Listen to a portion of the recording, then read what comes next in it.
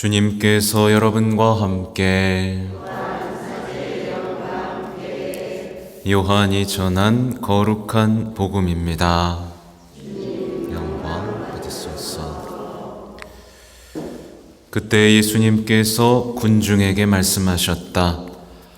나를 보내신 아버지께서 이끌어주지 않으시면 아무도 나에게 올 수 없다. 그리고 나에게 오는 사람은 내가 마지막 날에 다시 살릴 것이다. 그들은 모두 하느님께 가르침을 받을 것이다 라고 예언서들에 기록되어 있다.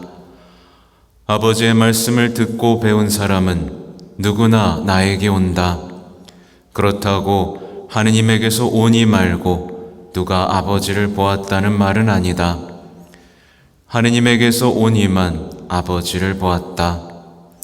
내가 진실로 진실로 너희에게 말한다. 믿는 사람은 영원한 생명을 얻는다. 나는 생명의 빵이다. 너희 조상들은 광야에서 만나를 먹고도 죽었다. 그러나 이 빵은 하늘에서 내려오는 것으로 이 빵을 먹는 사람은 죽지 않는다. 나는 하늘에서 내려온 살아있는 빵이다. 누구든지 이 빵을 먹으면 영원히 살 것이다. 내가 줄 빵은 세상에 생명을 주는 나의 살이다. 주님의 말씀입니다.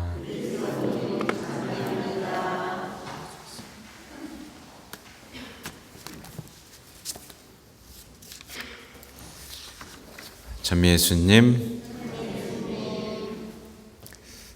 벌써 목요일이네요. 내일 또 어디 강의를 가야 돼가지고 마음이 바쁘네요. 오늘은 이제 이 필리포스가 이제 천사의 이제 명을 따르고 성령의 이끄심에 막 따르면서 복음을 설명하고 부활을 선포하고 또 성령에 이끌려서 그죠? 마치 부활하신 예수님처럼 나타났다 사라지는 이 복음적 열정으로 살아가는 한 이 신앙인 그리스도인의 모습을 보여주고 있는데요. 이 모습을 보면서 우리가 해야 될 것은 뭐냐면 과연 나는 제대로 된 열심함을 살고 있는가 입니다. 제가 요즘 그런 걸 생각하게 돼요. 이제 우리가 표현할 때 열심한 신앙인이라는 표현을 하잖아요. 그죠? 과연 이 열심함이 제대로 된 열심함인가? 잘못된 열심함인가? 이걸 지금 생각하게 되는 겁니다. 많은 그리스도인들이요, 열심히 공부하고 열심히 기도해서 삶을 바꾸고 싶어 합니다. 맞죠? 그죠? 열심히 기도하고요, 열심히 막 공부합니다. 근데 뭐가 좀 안 되는 것처럼 보이죠? 그리고 생각과 관념을 바꾸는 것으로 또 외양을 좀 화장하는 것으로 뭔가 만족스러운 신앙생활을 하고 있다라는 생각을 하곤 합니다. 이게 소위 요즘 열심한 신앙인들의 모습입니다. 그래서 많은 신앙인들이요, 기도하고 공부하고 계명을 지키고 봉사를 합니다. 박수칠 일입니다. 근데 변화되지는 못한 채 계속되는 어떤 두려움, 상처 속에 머물고 말아요. 그리고 이렇게 생각합니다. 이 정도면 계명을 잘 지키고 있어. 이 정도면 나는 착한 사람이야. 이렇게 생각하는 것에 만족해버립니다. 일종의 자기 만족에 길에 들어서는 거죠. 오늘 복음은요, 그게 아니다라는 걸 명백하게 드러내고 있습니다. 무엇에 열정을 가져야 되는 건지, 무엇이 제대로 된 복음적 열심한 삶인지를 보여주고 있어요. 다시 한번 말씀드리지만 필리포스는 천사의 말을 따릅니다. 그렇죠? 천사의 말을 따라요. 그리고 성령께서 이르시는 대로 합니다. 성령이 살아있죠. 성령께서. 그리고 예상치 못한 신앙의 여정을 떠납니다. 예상치 못하는 신앙의 여정. 이끄시는 대로 가니까요. 그리고 성경에 대해서 설명하고 부활하신 주님에 대해서 말하고 증거합니다. 그리고 어떻게 해요? 사람들을 세례로 이끕니다. 교회로 이끕니다. 이게 바로 변화된 삶의 복음적 열정인 겁니다. 이게 바로 열심한 사람의 삶인 거예요. 그죠? 교황님은 분명히 말씀을 하시더라고요. 지식은 우리의 삶을 바꾼다, 못 바꾼다? 못 바꾼다. 만약에 지금 내가 열심히 하고 있는데 삶이 변하지 않는다면 뭔가 크게 잘못된 것이다. 그죠? 사실 우리 바꾸는 건 뭐밖에 없어요? 성령과 부활하신 주님과의 만남밖에 없습니다. 그 사랑을 체험하는 것만이 우리를 바꾸지, 어떠한 열심함도 우리를 바꾸거나 구원으로 이끌지 못합니다. 그렇죠? 그래서 이런 신앙의 역동, 방금 제가 천사에서부터 세례로 이끄는 이 역동이 우리 신앙 안에, 우리의 열성 안에, 우리의 열심함 안에 사라져 있다면 이 신앙은 어떻게 돼요? 반드시 회심해야 됩니다. 잘못된 열심이구나.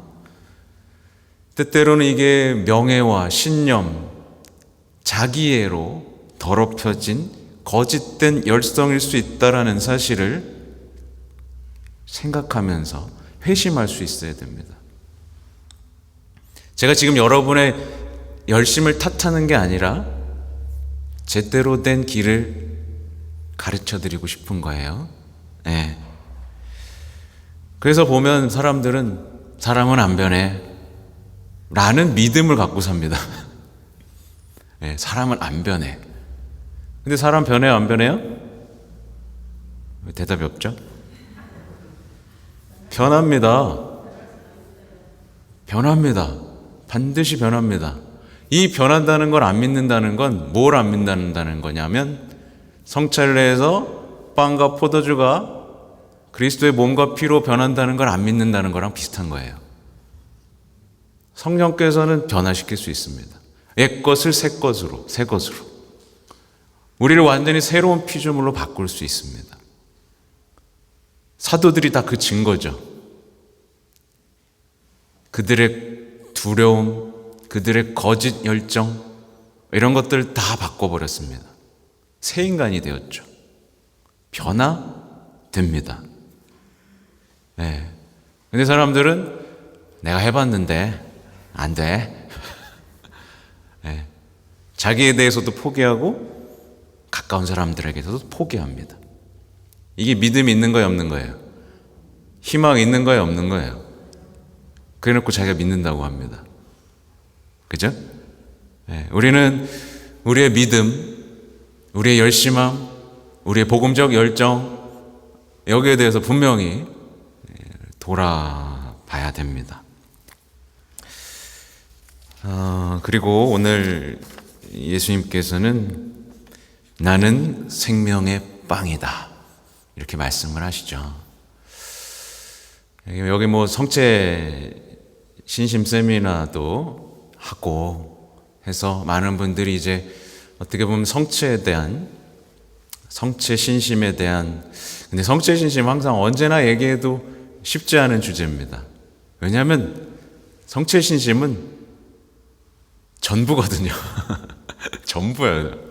전부라서 이걸 성체신심이란 이런 것입니다 라고 말하는 게 쉽지는 않습니다.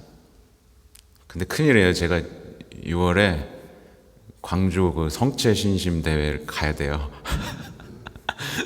기도해 주시기 바랍니다. 예수님은요, 당신의 몸과 피를 생명의 빵이라고 표현을 하세요. 말하자면 예수님은 우리에게 생명을 주고 싶어 하십니다. 진짜 생명이요. 그리고 빵이라는 구체적인 표현에서부터 내 살이라는 구체적인 표현까지 쓰시죠. 네. 사람들이 에이 그건 상징일 뿐이야, 뭐 그거 없어도 돼 라는 생각을 할까봐 아주 구체적인 표현들을 하셨어요. 근데 이제 여기 계신 분들은 아니겠지만 많은 신앙인들이 어떤 생각을 하냐면 생명의 빵이 없어도 살 수 있다 라는 생각을 합니다.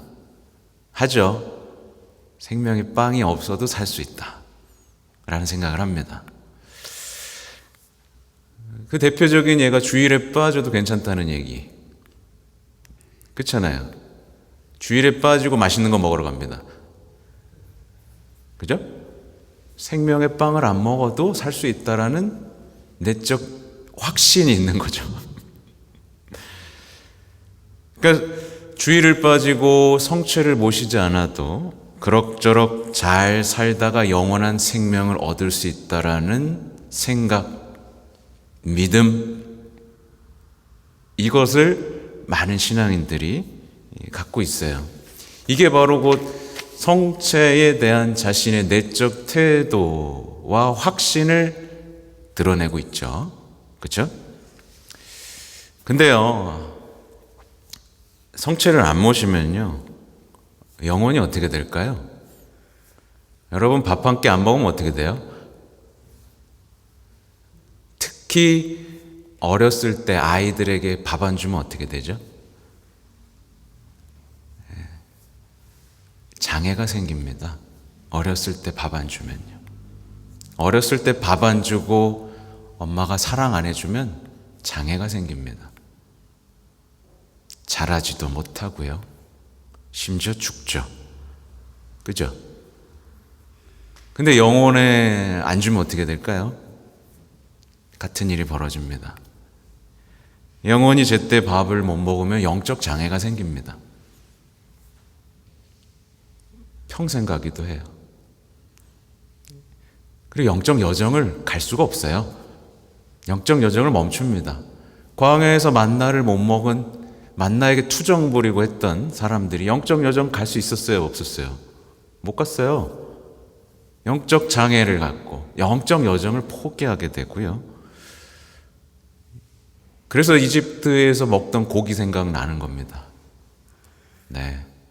맛있는 거, 이렇게, 그죠? 그 사람들에게 이제 맛집에 환장하게 되는 거죠. 그죠? 영적 여정을 포기한 사람들의 특징이 바로 식탐입니다. 이들은 더 이상 영적으로 성장할 수가 없고요. 죽음에 이르게 됩니다. 영적인 죽음. 그죠? 그렇게 오늘날 많은 사람들이 성당에 나오면서도 믿음을 갖고도 어떤 공허함과 목마름 속에 죽어가죠. 그죠? 세상은 더 풍요로워졌고 맛있는 것도 많아졌고 즐길 것도 많아졌지만 사람들은 어때요? 그 공허함과 목마름을 어쩔 줄 몰라 합니다. 왜 죽어가느냐? 용서받지 못해서 죽어갑니다.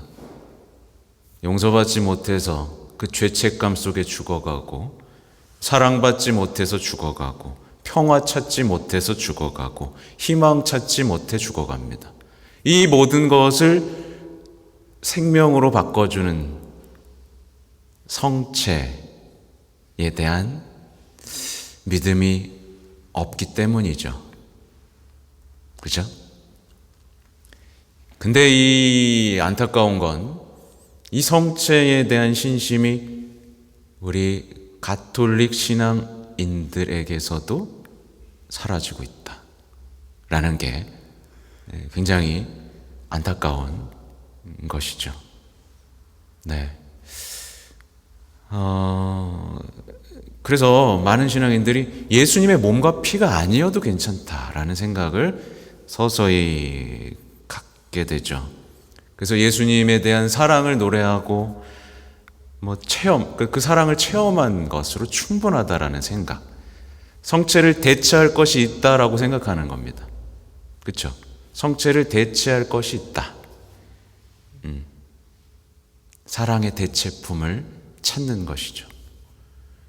제가 연결되어 있다라고 했죠. 예전에 성체성사와 고해성사는 아주 꽉 연결되어 있습니다.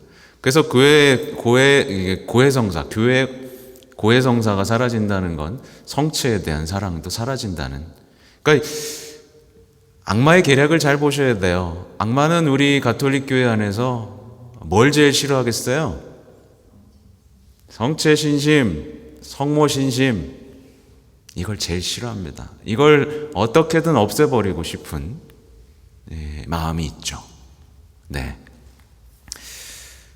그러니까 생명의 빵, 이것을 그냥 위로받으려고만, 주님, 위로, 끝. 하나의 상징으로만 생각하는 겁니다. 거기에 담겨 있는 예수님의 온 삶과 사랑, 희생, 부활, 이런 것, 그리고 약속이 이루어지잖아요. 내가 세상 끝날까지 함께 있겠다라는 그 약속이 이루어지는 절정의 순간에도 주보를 뒤적거리는 사람들이 있는 것처럼. 그렇죠?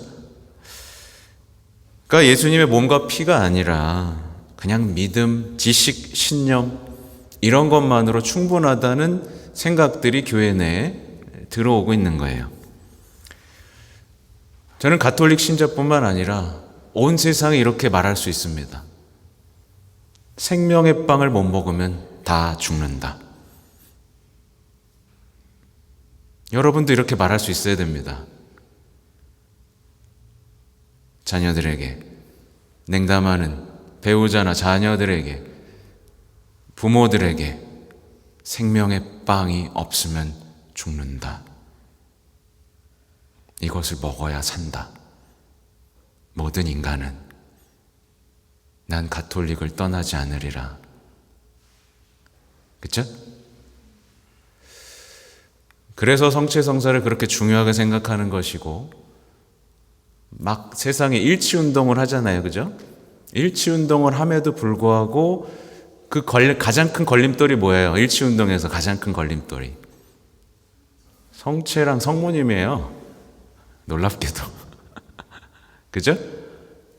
그러나 이걸 포기할 수 없는 겁니다. 이것을 통해서 일치가 일어나는 거예요. 그래서 이걸 포기할 수 없는 겁니다. 그래서 최근에 이제 우리가 자주 바치는 최근의 기도문에는 항상 우리가 빠지지 않고 등장하는 단어가 있어요. 그리스도의 몸과 피라는 단어죠. 그죠? 자비의 기도도 그렇고요. 파티마의 기도도 그렇습니다. 그리스도의 몸과 피. 이것이 없으면 구원도 영원한 생명도 다 없습니다. 이것을 어떻게든 축소시키고 사라지게 만들면서 다른 어떤 화려한, 그죠? 찬양이나 다른 것도 대체하려는 이 움직임들, 네. 어떻게든 성체성사의 의미를 축소시키고 하려는 우리의 교회 움직임들에 대해서, 네. 그래서 제가 장개틀 얘기도 하는 겁니다. 그죠? 장개틀을 왜 없애요? 성체 앞에서는 당연히 우리가 무릎을 꿇어야죠. 그죠? 네. 그래서 제가 한번 얘기 드렸잖아요. 또 이렇게 얘기하면 또 다 꾼다고. 장개틀 앞에 있으면 그래도 꿇으세요. 얼마나 특권입니까? 저 같으면 일부러 장개틀 앞에 앉겠어요. 남들의 시선이 뭐가 중요합니까? 그 순간 성체와 나잖아요. 그죠? 네. 이렇게 말하면 또 갑자기 다 꿇으면 어르신들도 있고 해서. 근데 그건 우리의 진짜 진실한 마음의 표현이에요. 우리는 마땅히 무릎을 꿇어야 하고 마땅히 성취 앞에 엎드릴 수 있어야 한다. 그것이야말로 우리의 생명이다. 잊지 않으시는 오늘이 되시면 좋겠습니다. 아멘.